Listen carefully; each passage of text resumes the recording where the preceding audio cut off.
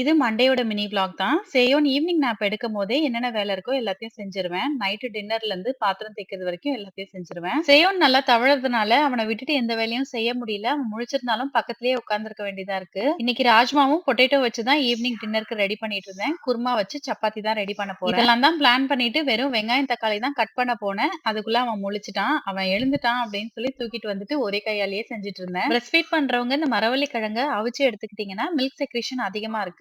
Non veg சாப்பிடும்போது எந்த அளவுக்கு மில்க் செக்ரீஷன் அதிகமா இருக்கோ, அதுக்கு ஈக்குவலாவே இதுலயும் இருக்கு. எனக்கும் சர்வாக்கும் டீ போட்டு குடிச்சிட்டு, 1/2 மணி நேரத்துல செய்ய வேண்டிய டின்னர் வேலைய 2 மணி நேரமா செஞ்சுட்டு இருந்தேன். பட்டாணி, சுண்டல்லாம் என் பெரிய பையன் சாப்பிடவே மாட்டான். ஆனா வந்து இந்த மாதிரி குருமால சேர்த்து குடுத்துட்டோம் அப்டின்னா சாப்பிட்டுடுவான். சோ அதனால தான் இதுல சேர்த்துட்டேன். வீக்கெண்ட் கிளீனிங் இருந்ததுனால மாவு அரைக்க முடியல. இன்னைக்கு காலையில தான் ரெட் ரைஸும், கம்பும் தனித்தனியா ஊற வச்சிருந்தேன். டின்னர் செய்யும்போதே சைட் பை சைட் மாவும் மிக்ஸில அரைச்சு வச்சுட்டேன். குட்டி பையனுக்கு வந்து ஓட்ஸ் ரொம்ப பிடிக்கும். இன்னைக்கு பம்ப்கின் போட்டு ஓட்ஸ் தான் குடுத்திருந்தேன். குருமா நல்லா திக்கா ரெஸ்டாரண்ட் ஸ்டைல்ல இருந்துச்சு.